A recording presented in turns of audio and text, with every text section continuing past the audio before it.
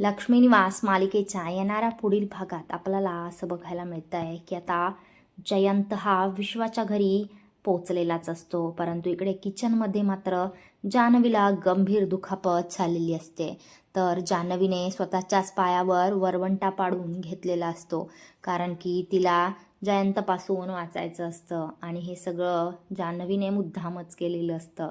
परंतु जान्हवीला आता वेदना खूप होत असतात, त्याच्यामुळे ती जोरजोरात ओरडू लागते. धावत पळत ललिता आणि सई किचनमध्ये पळत येतात. ते दोघी मिळून जान्हवीला दवाखान्यात नेण्याचा प्रयत्न करत असतात. त्यांनी कसं बसं जान्हवीला बाहेर आणलेलं असतं, परंतु जान्हवीला गाडीत बसवताना त्या दोघींना खूप अडचण येत असते.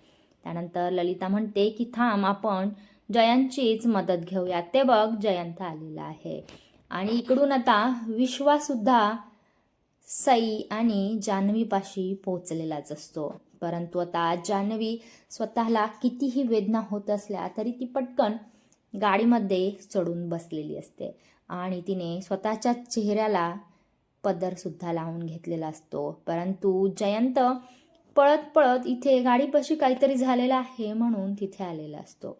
त्यानंतर जयंतला संशय येतोय आणि विश्वासुद्धा तिथे पोहोचलेलाच असतो.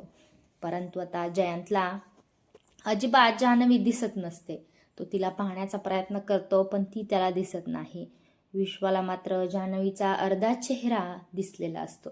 विश्वाला आता नक्की हे सत्य पटलेलं आहे की ही जान्हवीच आहे आणि हिला या जयंतपासून वाचायचं आहे. त्यामुळे विश्वाने पटकन गाडी सुरू करून जान्हवीला हॉस्पिटलमध्ये पोचवलेला आहे आणि मग जयंतचा पुन्हा विश्वाच्या घरी अपमान झालेला आहे आणि पुन्हा जयंत न जेवताच घरी निघून गेलेला आहे.